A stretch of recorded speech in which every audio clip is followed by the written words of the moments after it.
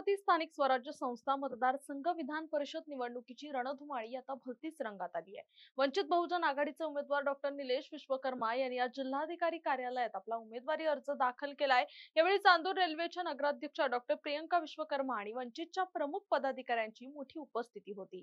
भाजपचे प्रवीण पोटे आणि काँग्रेसचे हर्षजित देशमुख यांच्यानंतर आता वंचितनेही शड्डू ठोकल्यामुळे अमरावतीत तिरंगी लढत होणार हे जवळपास स्पष्ट झालंय।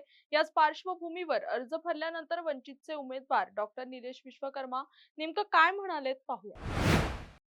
नगरसेवकांची इच्छा राहायची की नगरसेवक कधी या परिषदेचा उमेदवार कधी राहणार का।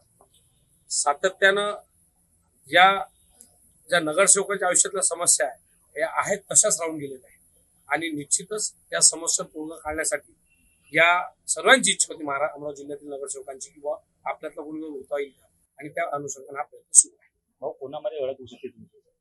आज लढत सांगतील, आज फॉर्म भरायचा दिवस आहे। आज फॉर्म भरू आणि कोणाची स्क्रुटिनी होईल, कोणाची होईल, अलायन्स कसं होत असेल, वरच्या पातळीवर आमचं आणि काँग्रेसचं बोलणं सुरू आहे।